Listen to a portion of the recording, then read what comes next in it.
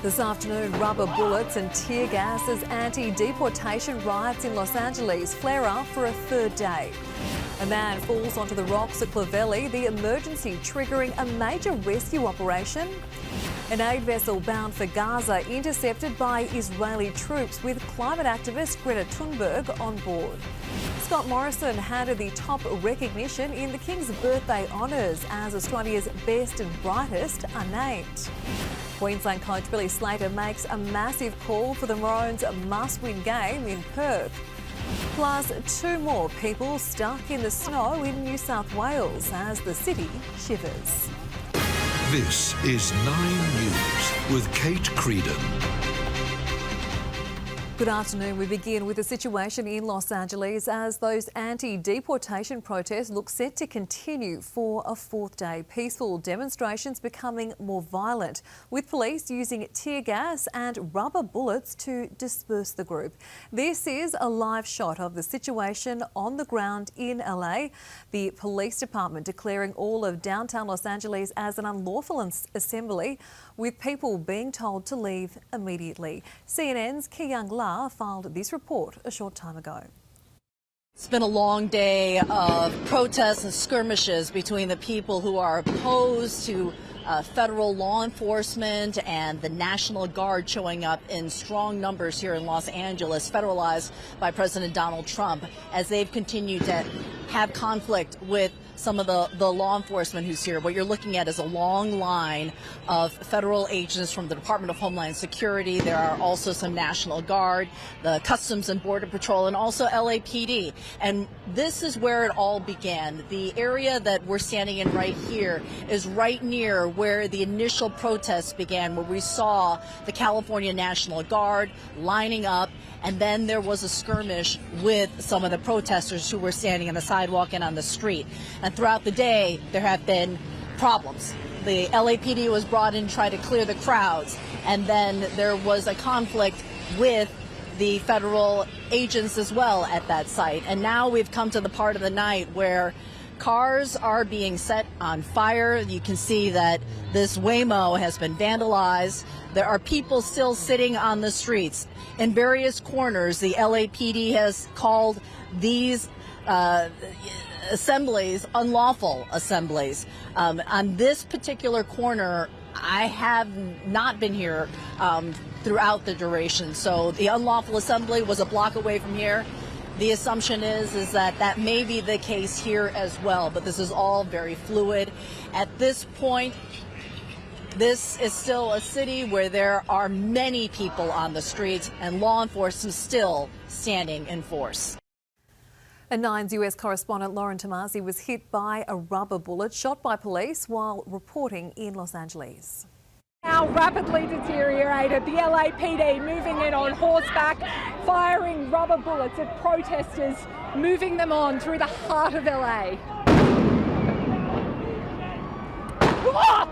You just shot the You okay?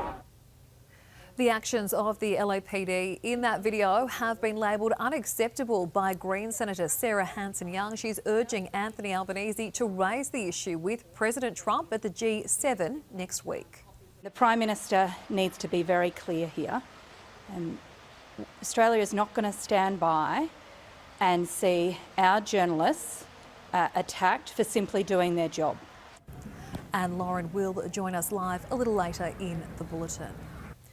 Pressure is mounting on the Prime Minister as he prepares to meet US President Donald Trump at a crucial gathering of world leaders at the G7 summit. Federal politics reporter Claudia Vodoljak joins us live now from Canberra. Claudia, defence and trade are up for discussion. Yeah, that's right, Kate. The federal government is working to lock in a meeting between Prime Minister Anthony Albanese and Donald Trump on the sidelines of the G7. It's not yet clear if the riots or a planned military parade in the United States will impact the president's schedule, but this would be the first face-to-face meeting between the pair, and trade and defence will take centre stage. The Trump administration is pushing for Australia to boost its military spending from current levels of 2% of GDP to 3.5%. That request will likely be raised as will escalating trade restrictions. The PM set to fight for a special deal, and pressure is certainly growing from the opposition to get that done.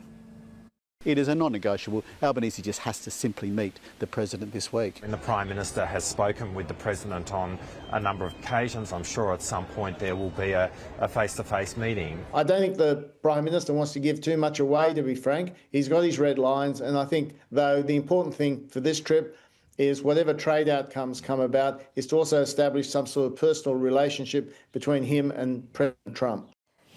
The PM heads overseas later this week. He'll be in Canada next week, and tomorrow Anthony Albanese will front the National Press Club here in Canberra, laying out Labor's agenda for the next 3 years. Kate. Jack, thank you. Israeli troops have intercepted a ship on its way to Gaza, part of a flotilla carrying humanitarian aid and Greta Thunberg. Everyone on board the Madeleine was ordered to throw their phones into the water. This pre-recorded video then posted online. My name is Greta Thunberg and I am from Sweden. If you see this video, we have been intercepted and kidnapped in international waters by the Israeli occupational forces or forces that support Israel. I urge all my friends, family and comrades to put pressure on the Swedish government to release me and the others as soon as possible. All contact has since been lost with the Madeleine. Israel's Foreign Affairs Ministry confirming it's been intercepted and is heading for Israel. A 70-year-old man has survived a cliff fall at Clovelly, plunging 5 metres onto rocks below. He suffered pelvic injuries but was conscious as ambulance and rescue crews arrived on scene just after 1 p.m. The man was carried off the rocks and into an ambulance before being taken to St Vincent's Hospital in a stable condition. A man has been rescued after falling from a Rose Bay wharf. Emergency services were called to the scene just before 11 last night as bystanders helped pull the man from the water. The 40-year-old was treated for cold exposure but didn't need to go to hospital. Hundreds of Australians have been acknowledged in the King's Birthday Honours List, celebrating a lifetime of service and achievements. Former Prime Ministers, film icons and local legends among the recipients. From sports to media, the arts and beyond, national identities embodying advocacy and leadership. Who in many, many ways and from everywhere across Australia demonstrate that care, kindness and respect are not limited to time, place, status or profession. Olympic swimmer Nicole Livingstone makes it gold medal number 2. And now TV commentator. I'm doing it tough really out here. Back to you.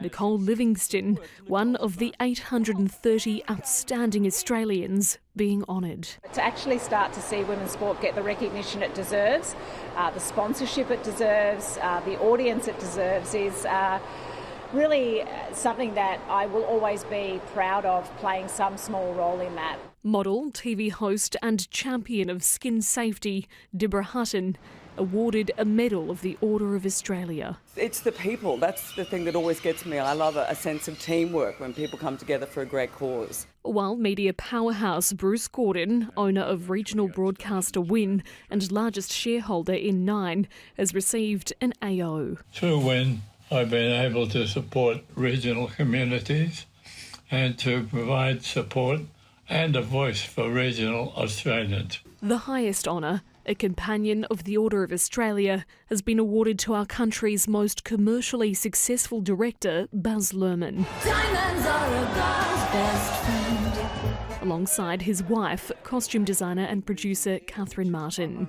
Baz saying, Catherine Martin and I feel this honour recognises not just us, but those who have made access to the arts possible for every Australian. And for the composer behind the soundtrack to the much-loved Man from Snowy River, an officer of the Order of Australia, Bruce Rowland.